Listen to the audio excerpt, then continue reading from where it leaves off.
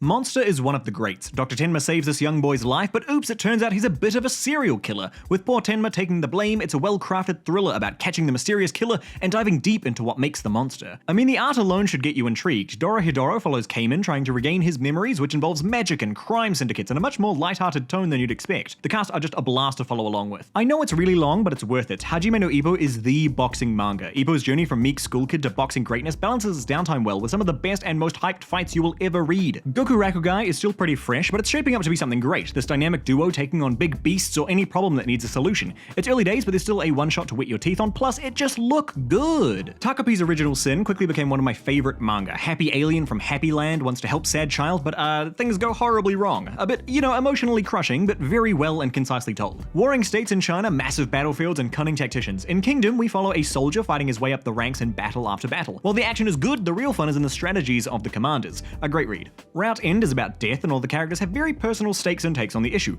While we follow the serial killer case into End, we get to see what different people have suffered and how they've dealt or maybe have failed to deal with people dying. Robo Granddad is great. Inuyashiki is about this older guy being suddenly turned into a robot and what he does with his new powers, contrasted fantastically with this young guy in the exact same situation. Are they even human anymore, and if not, what does that mean? It hasn't aged terribly well, but Devilman is still a great read. Old horror that's become a bit of a comedy these days, though it still has some actually horrifying moments. Plus, it has one of the most metal opening chapters of devils just slaughtering angels. My Home Hero is one of my new favorite manga. A dad kills his daughter's Yakuza boyfriend and has to try and not get caught by the gangs or the police. This manga actually stressed me out. I was so invested in its story. It's a must read. So Blue Giant never really grabbed me, but the sequel in Supreme has had a pretty strong start and got me back on board. Japanese jazz man trying to make it big in Germany in this uplifting journey about chasing your dreams. It's the classic, and I know its ideas have been replicated to the point of parody, but people forget that Naruto is actually a really good series. Wide identifiable cast, interesting power system, compelling villains, it set the template for years to come, and for good reason. Fist of the North Star is a weird manga. Kenshiro wanders this Mad Max wasteland fighting bad guys, and they have to keep kidnapping people because Kenshiro is this unstoppable machine who just won't lose a fight. If you're a Pokemon fan, you need to read Festival of Champions. This is genuinely some of the best Pokemon content out there. A take on the Gen 1 story, but with actually compelling characters, fresh interpretations, and art that the official series could only dream of.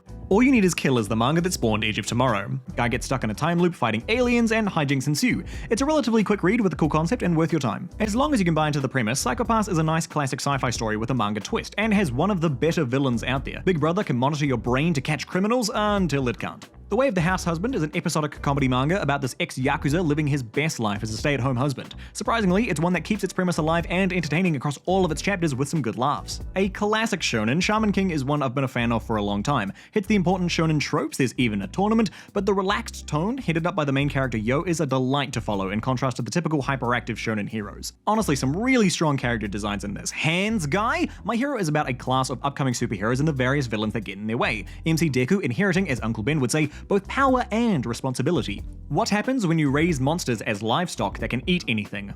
About what you'd expect. Biomeat Nectar follows your classic gang of kids as they fight to survive the monsters breaking containment. More actiony than horror. 20th Century Boys is another one by King Urasawa. A gang of childhood friends take on someone they used to know who's trying to take over the world. The story really goes some places, while Urasawa, as always, just keeps you glued to the page. A cruise ship rescues a drifting boat and their surviving passengers, but maybe they shouldn't have done that. In Blue Heaven, we watch the descent into chaos on the boat after an act of kindness goes wrong. Hito Hitori Futari is trying hard not to be a political manga. More focused on the character side of things, we follow the Prime Minister of Japan and his guardian spirit as they try to make a positive impact before the Prime Minister's upcoming death. Surprisingly good manga. I'm actually salty no one told me how hard the early Hellsing chapters go. Hellsing is a vampire, one of the oldest and strongest, who, alongside the Vatican, has to fight the second coming of the Third Reich.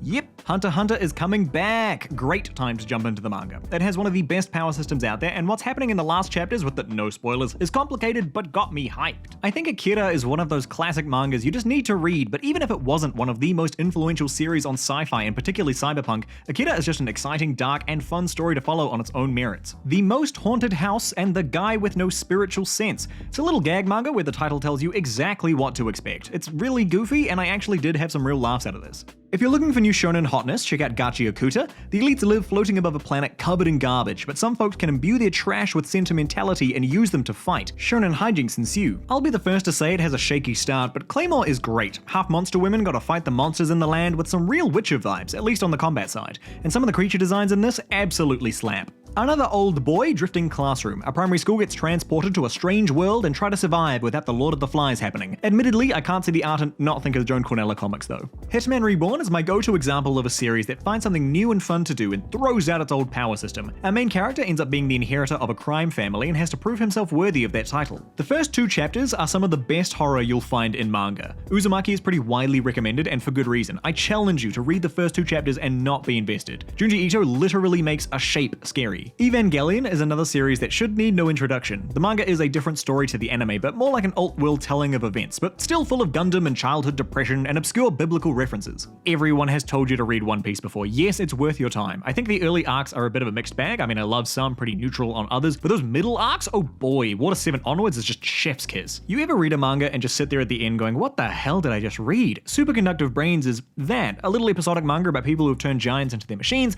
less high concept sci-fi and more just weird. Death Note remains an absolutely quality time. Supernatural killer who can just write people's names to kill them, great concept. Light's eager adoption of his role as Kira and the mind games with L are also just fantastic. Baki is one of the most indulgent fighting manga out there. Roided out guys proclaiming they're the strongest for the love of being the strongest. Can certainly get a bit goofy and melodramatic, but it has one of the best tournaments in manga. This is a real monkey's paw manga. People make wishes to this doctor, the titular Franken Fran, and her solutions generally end up disastrous. It's a more lighthearted horror, but the monstrous solutions she finds are a treat to uncover. What happens when your best friend and crush dies, then gets replaced by an alien? The Summer Hikaru Died explores that. More psychological than scary. This is another relatively new manga that hasn't quite hit its stride yet, but is looking good. Yu-Gi-Oh! Is honestly worth recommending just off season 0 alone. Before they decided on the cards, Yugi was just out killing people in death games. It's a horror show. Then of course it takes a more family-friendly twist. There's a group of rabid Vagabond fans on the roof of the house next door with a high-powered rifle pointed at me, threatening that any manga recommendation list must have Vagabond on it. Well, here it is, folks. Me and the Devil Blues is about Robert Johnson, the blues musician supposed to have sold his soul at a crossroad for talent. It's taken fairly literally in the manga, the visuals unsettling and pretty bloody fantastic. I rate this manga so highly. Manhole is one of the better serial killer / pandemic manga out there. There is a scene in this that actually made me gag. Good mystery, good reveals, well-paced, well-done manga. Parasite is another classic and heavily influential manga. Aliens come down and take over humans by replacing their heads, though our MC ends up in this symbiotic sort of relationship with his. Fights and a bit of introspection follow. With 1,000 Year Blood War going on, this is a good time to return to one of the greats. Bleach got a bit of a raw deal after the early arcs, but let's not forget how hard Tite Kubo's art goes. There's good reason Bleach ran with the big boys. After God is still pretty early days, but so much promise in these chapters. Horrifying beasts arrive, bringing disasters in their wake. We've got a gang of researchers trying to find a way to beat them back. Just so much potential here. Octopus Man blows a chunk out of the moon and then holds the world hostage so he can teach a classroom of kids how to kill him. Crazy premise, and Assassination Classroom takes it all in a goofy direction, making this a fun read. While not as good as the anime IMO, Demon Slayer is just a really clean shonen story. Tanjiro's sister turned into demon, Tanjiro kills demons. Add in the hierarchy gang of villains and heroes and boom, you've got yourself an entertaining story to follow. Yumagi Doesn't Have Any Friends is a slice of life high school manga about Yumagi, funnily enough, and do you know what's fantastic about this manga?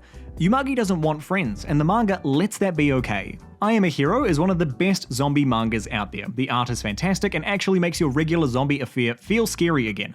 After that, there's still a twist or two to find, but standard sort of zombie story. Yotsuba! A little girl moves houses and hijinks ensue in the new locale. It's all very heartwarming stuff of parenthood, and yeah, it's just real cute and full of joy. No real overarching story, just good vibes. If you like twists, Tomodachi Game. A group of friends get put in the game to save one of them from debt. So there's this series of games to earn their freedom, each one ending with the MC being all big brain and some crazy twist. Massacre Happy End is a modern day Death Note and just as good, though certainly darker. Our main character is stuck in a time loop and has to kill people to change days to save his sick sister. Thrilling, twisty, and just a brilliant read. Okay, hear me out, killing morphers are pretty bad, but the first 2/3 of this manga strap you down and just race you through all of this stuff. You don't really have time to process, it's so fun, and then the pacing slows and the manga kinda dies. Good for a quick Arvo read though. Goodbye Eerie is maybe my favorite one-shot. It's about how our film and media can be reframed to paint people in certain lights, following our main character dealing with the death of his mother. It's also got these really creative found footage shots. I really only recommend this to a Pokemon fan, but the Pokemon Adventures manga ain't too bad. Early days is crazy, like Lance just hyper beams a town, but by the time you hit 3rd gen it's a lot lighter, and 4 is just straight up a comedy. I think the Full Metal Alchemist manga gets a bit forgotten these days, but it's so strong. Some of the best world building around where all of the little bits that are told to you are actually important. A series that everyone should read. Weathering with You is the the manga adaptation of the movie, and if you're not a movie person, check this out. There's certainly some things lost in the adaptation, but the heart of the story remains, which is compelling. This takes my spot as favorite full Ito book. Tomi is a collection of stories about a beautiful girl that compels you to kill her. Junji Ito knows how to write horror manga, and he just smashes it through this manga. Pluto's yet another slam dunk by Urasawa. This time the story is based off an Astro Boy arc, though with that classic Urasawa flair. This big investigation down the rabbit hole of robotics and sentience and trauma. I can only describe this as an easy read. Kaiju number 8 is a kaiju manga where our main character gains the powers of the kaiju. Real simple plot, easy to follow characters, clean as heck art, made this a really relaxing read. JoJo's is an absolute ride from part to part. Bizarre Adventure is an apt description. From rolling a cherry to punching a frog to yelling at people to fall off their horse, JoJo's is just something you need to experience for yourself. My Father's Journal is a pretty reflective manga. Our main character returns home for his father's funeral and reminisces on his childhood with his family, the things he forgot about or the things he misinterpreted but held onto for years. Dandadan is a fun action manga based around paranormal phenomenon, so there's ghosts and aliens and cryptids and all those kinds of fun things, all the while your classic shy romance blooming between the leads. You can tell the mangaka loves combat styles. Holy Land follows a high schooler who feels he has nothing left but finds a new lease on life in learning to fight. Thus begins his journey as a street fighter and standing up for himself. Iconic. Possibly the most iconic manga in the world. If you didn't know, Dragon Ball manga covers all of Z as well, all of the goofy antics of the early chapters and the slugfests of the latter. This holds a special place from manga fans. Rakia is this bizarre series about a girl who might be the second coming of Christ or potentially the Antichrist, and religious factions start fighting over her. If there's anything to say about this manga, it's not boring. Emerging is a pandemic manga right at first contact. We're at ground zero watching this unfold. There's a lot of gross medical stuff going on in this manga with bodies bloating and surgeries, but a really engaging quick read. A more plot-centric take on the ex-hitman story, Sakamoto Days follows the retired best hitman trying to maintain his peaceful life. Taken lightheartedly, he gets put up against evil doctors and killers in a new organization trying to gain power. It's coming up to its close. Vinland Saga is one of the modern greats. We follow Thorfinn, pulled into the cruel life of a Viking and where his revenge will take him, a story of redemption, the meaning of strength, and the mindless brutality of war. Ship of Theseus follows our main character time-traveling back to right before he was born and before his dad allegedly killed a number of children in the town. A lot of suspense and distrust in uncovering the truth. Real is one of my favorite manga. Don't be fooled into thinking this is just another basketball manga. It's really about disability and recovery, both in the physical sense and metaphorically. Our main characters trying to recover their passion for life. I think you need to take this manga with a bit of scrutiny, but Akumetsu is an interesting read, centered around one guy's crusade against those responsible for Japan's debt crisis, taking some crazy but entertaining steps. Bibliomania is this bizarre short read about a girl trapped in a book where she can have anything she wants, but what she wants is to leave. With strong art and a good focus, it's really easy to recommend this manga. The guy can win any fight with one punch. Yeah, it's a good time. The manga even balances out having tension with the other characters who can actually lose, so the actions, the gags, and the story all come together really well. Another of my favorites, The Climber has some of the best environmental art you'll ever see, which builds into this honestly phenomenal tone of the manga. Not to sound too bougie or anything, but it also nails its use of visual metaphor. So the first couple chapters will mislead you. Deadman Wonderland is really about literal blood sport, where prisoners fight with blood magic in order to keep themselves alive. If you like the premise, you'll like the manga. It's miserable. Goodnight Punpun is a coming-of-age story of this little lad and he's just beset by troubles and unkind people. It's a tragic, emotional journey that you won't enjoy, but you will appreciate. Spy Family earns its hype, secret agent dad alongside assassin mum and psychic daughter all keeping their roles hidden as they pretend to be a family. Delightful to follow, with an actually really interesting plot tying it all together. Half human, half chimpanzee hybrid Charlie is raised secretly but starts going to high school. Meanwhile, vegan extremists bomb a restaurant. That's the first chapter, and the manga takes everything seriously. It's fantastic. Blade of the Immortal is a samurai manga about a guy who can't die being pulled into your classic revenge tale. The art here is really the standout and will probably decide if you like this manga or not.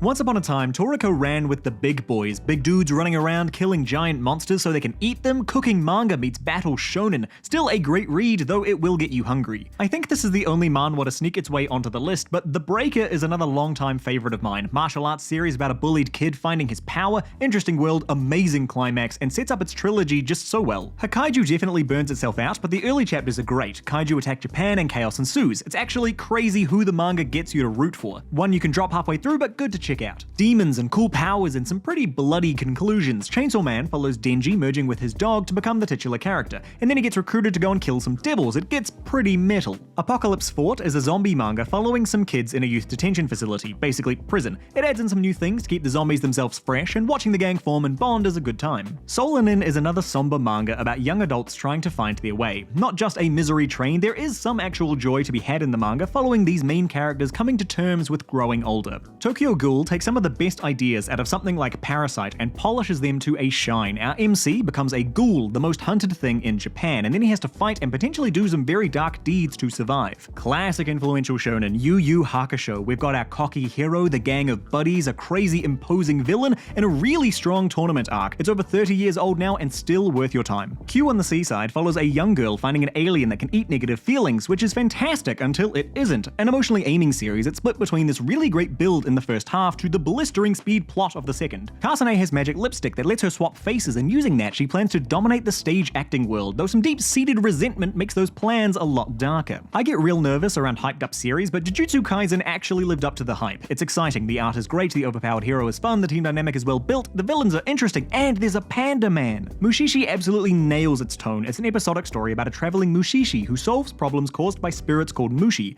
those problems being basically anything from plant children to deafness. I mean, the absolute audacity of this manga. Attack on Titan is about humanity pushed to the brink by titans and them fighting back, but oh boy does it go some places. No spoilers, but I'll just say everything to do with this. I sold my life for 10,000 yen per year as a beautiful little romance story that is so bittersweet. Our main character sells off his lifespan for money, so now he's only got 3 months to live, and he plans to use them to the fullest. Arjun has one of the best villains. It's a story about unkillable people and fighting against one who's gotten bored. So the villain is pushing the limits of his abilities to the point that you just sit there like, damn, that was horrible, but awesome. Planets follows a space cleaner in the not too distant future and his dreams of joining the next big step forward in space travel. A pretty introspective manga, and one where some characters have some pretty bold stances. Trying to survive Hogwarts with just absurd physical prowess? Mashal is a lot of fun. You'd think that premise wouldn't last the whole manga, and you'd be right. It pivots into honestly a pretty good shonen about halfway in, plus Nameless King. Were you waiting for this one? Look, I know Berserk is great, you know Berserk is great, random people walking down the street know Berserk is great, yeah, you should read it. A magical bat that manipulates time and a compelling story about a cartoon writer trying to discover its truths. Billy Bat is one of my all-time favorite manga, and its half-subtle dive into determinism is somehow perfectly existential and entertaining.